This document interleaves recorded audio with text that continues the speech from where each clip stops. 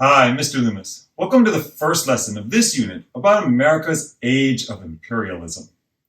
Like the units that we studied recently, the events we're going to be talking about happened during what historians call the Gilded Age, which happened during the end of the 1800s and the beginning of the 1900s. This is a topic which might sound familiar to you from your world history class, since imperialism is something that happened all around the world and involved a lot of countries, not just the United States. But since this is an American history class, we're going to focus on the events that directly involved our country. Before we dive in, let's preview the topics we'll cover in this first lesson. We'll start by talking about the reasons the United States decided to become an imperial power, including an idea called American exceptionalism, and also economic and religious reasons.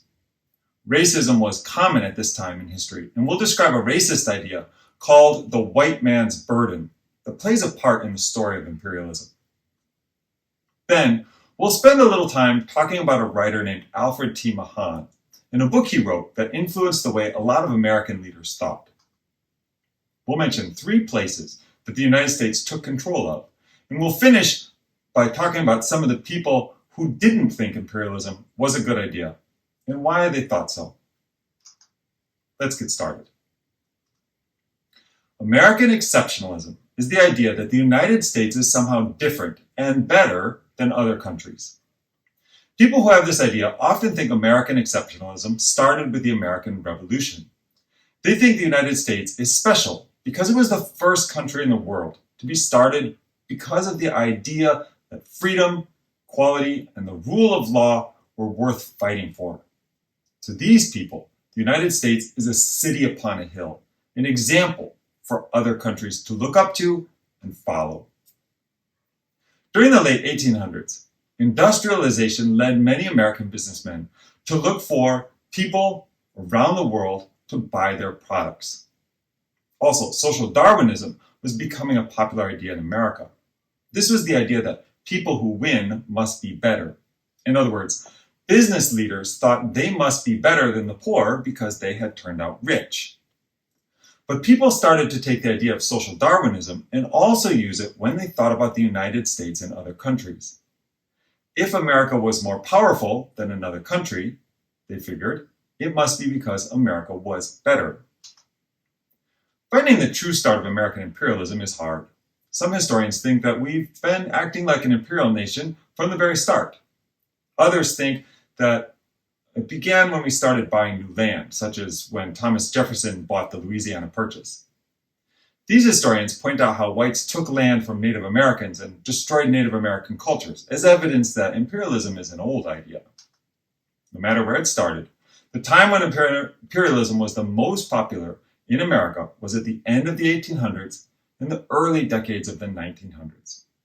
During this age of imperialism, the United States took land from or had a lot of power in places around the world, including Hawaii, Russia, the islands of Micronesia, the Philippines, Cuba, Spain, Germany, Japan, and Korea. Let's move on to some of the reasons why Americans wanted to take control of territories and become an imperial country. As we've already learned, the end of the 1800s is a time when factories, mines, and railroads were growing in America.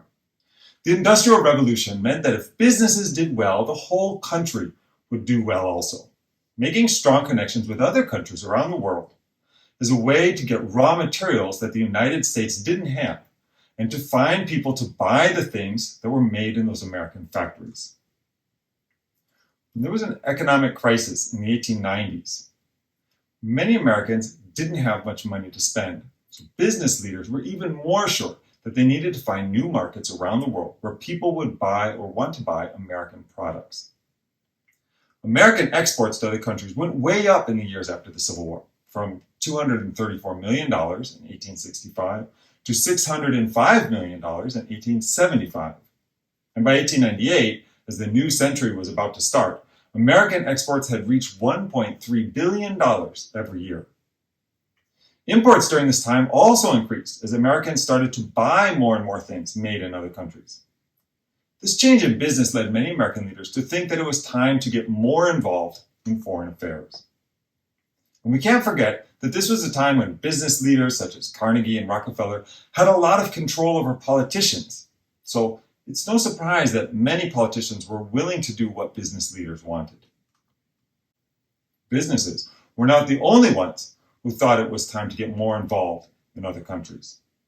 Religious leaders and progressive reformers joined business leaders in calling for imperialism. They wanted to share the American system of government and their Christian ideas. Editors of magazines such as Harper's Weekly supported imperialism, saying it was something the United States had to do as a democracy. Several Protestant churches sent missionaries around the world, especially to Asia. Missionaries mixed Christian teaching with American ideas about government, often teaching them as if they were the same thing. This was most true with women missionaries, who made up 60% of all the missionaries at this time. By 1870, missionaries around the world were spending as much time teaching people to act like Americans as they did teaching the Bible. Missionaries weren't the only people who thought Americans and white American culture was the best in the world. To understand this attitude a bit better, we can look at a poem written in 1899 by the British writer Rudyard Kipling, The White Man's Burden, of the United States and the Philippine Islands. In the poem, the author tells the United States that it's time to take control of the Philippines. But the writer also warns Americans about the trouble being an imperial country will bring.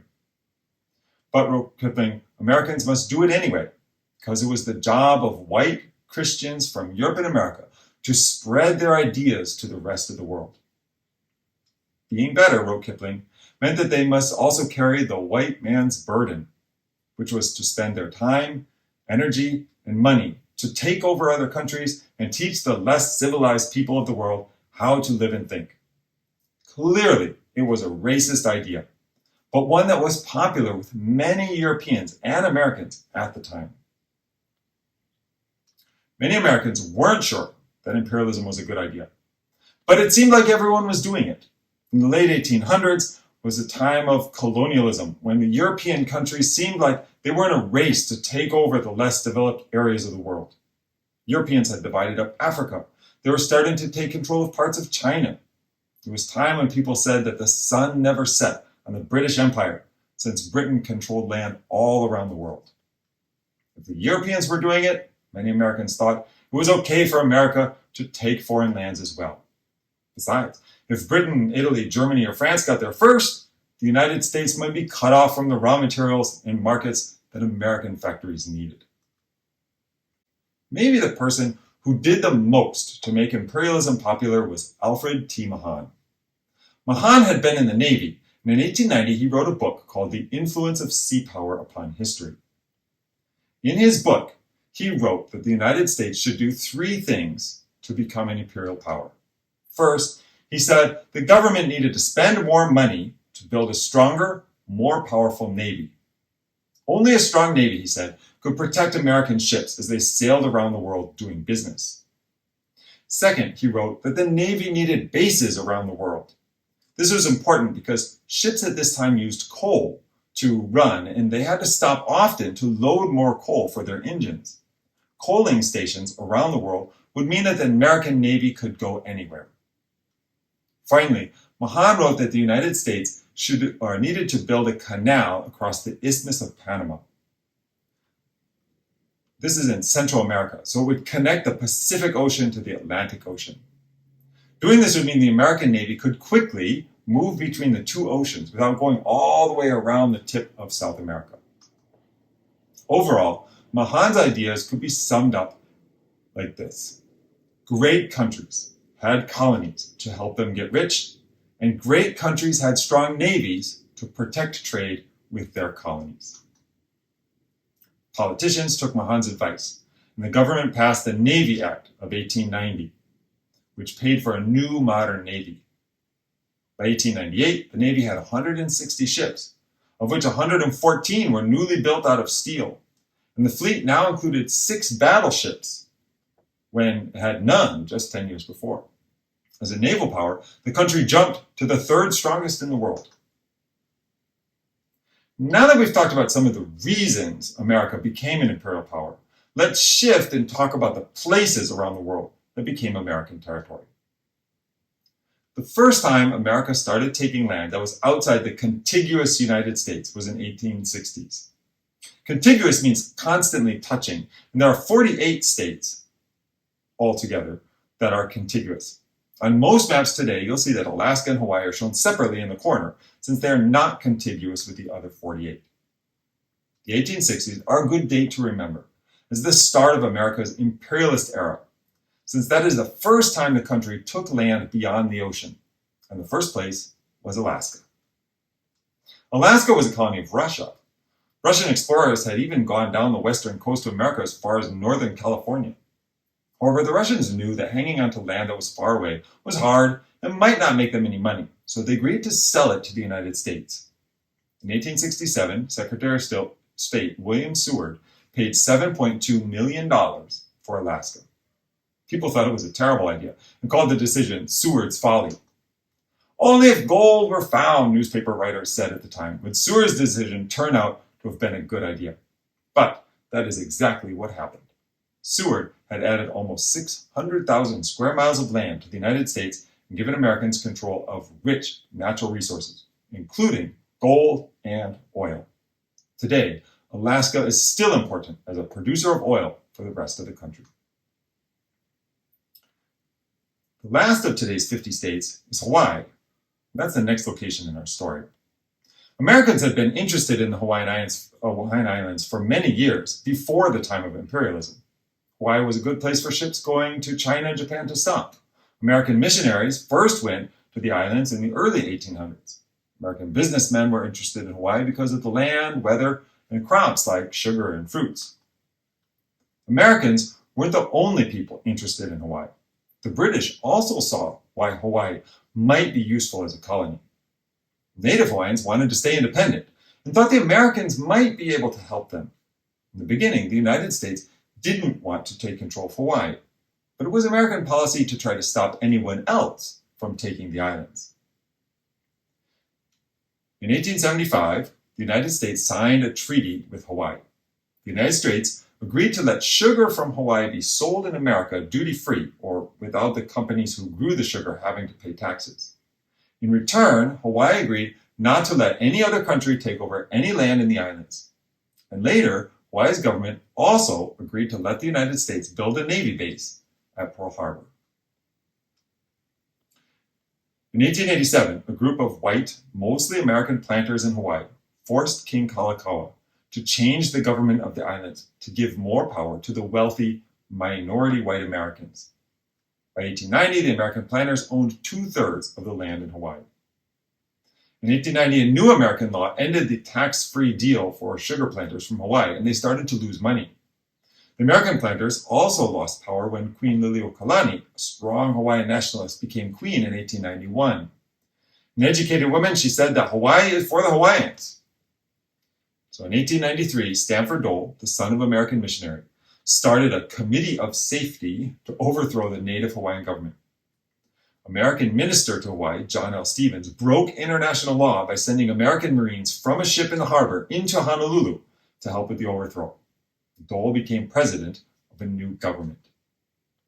Right away, the new government, led by American sugar planters, asked the United States to make Hawaii an American territory.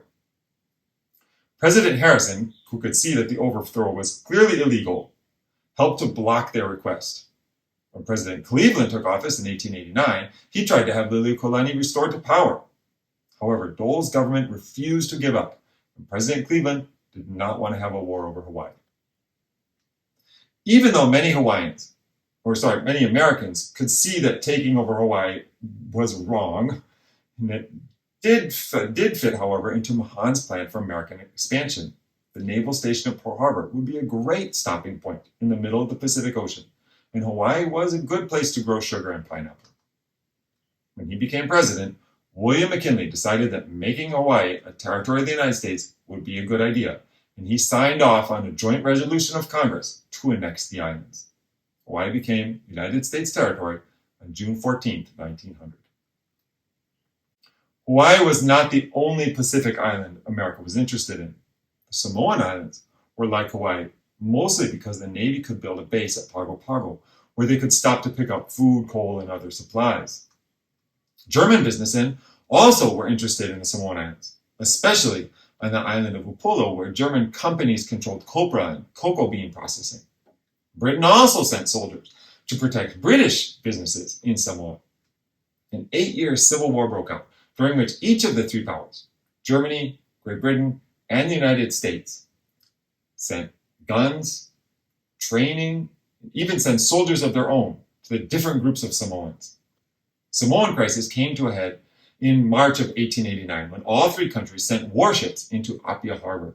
And it seemed like there was going to be fighting between the great countries themselves. But then a huge storm damaged or destroyed the warships, stopping them from starting a war, and gave the leaders a chance to find a way out of the conflict. The United States, Great Britain, and Germany split the Samoan Islands. The Eastern Island Group was given to the United States and became American Samoa. The Western Islands became German Samoa. Great Britain gave up all of its claims to Samoa, but in return, Germany gave up its claims to Tonga and the Solomon Islands. After World War I, German Samoa became independent and now is just called Samoa. But American Samoa is still a territory of the United States. Not everyone in the country was happy that America was taking over new land. In 1899, the Anti-Imperialist League wrote, "We hold that the policy known as imperialism is hostile to liberty and tends toward militarism. All men of whatever race or color are entitled to life, liberty, and the pursuit of happiness. We insist that the subjugation of any people is criminal aggression." Many Americans knew that taking over other people's countries was wrong. The Anti-Imperialist League was a group of these people that first got started to try to stop the United States from taking over the Philippines.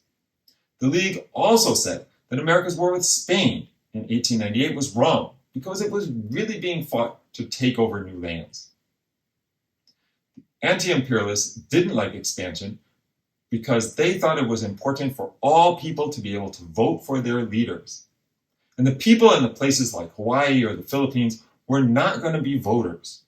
They thought American ideas about self-government, ideas as old as the Declaration of Independence, were too important to trade for a chance to make money. The Anti-Imperialist League, however, was made up mostly of older people who liked the idea of the United States keeping to itself like it had done during most of the 1800s. In the end, they didn't convince the younger generation of Americans. And in the 1900 election, President McKinley and the imperialists in Congress won easily. That concludes our first lesson about imperialism. Let's finish by reviewing our main ideas. Americans were motivated to become an imperial country for many reasons. Businesses wanted access to raw materials and new customers. Some thought the United States was an exceptional country and that it was their responsibility to teach other people how to live like white Christian Americans. The author Alfred Mahan argued that great nations need colonies and navies to protect trade. Theodore Roosevelt believed in this idea, and the United States built up its navy and took over Hawaii, Guam, and the Philippines in part to have access to their good harbors. Not all Americans liked imperialism. Some believed that it was a bad idea to take land that belonged to other people. Some thought it was too expensive. Still others didn't like the thought of foreign people moving to the United States after their homes became American territories. Thank you very much. In our next lesson, we'll be talking about a war America fought with Spain and how that led to American control of Puerto Rico, Guam, and the Philippines. I'll see you then.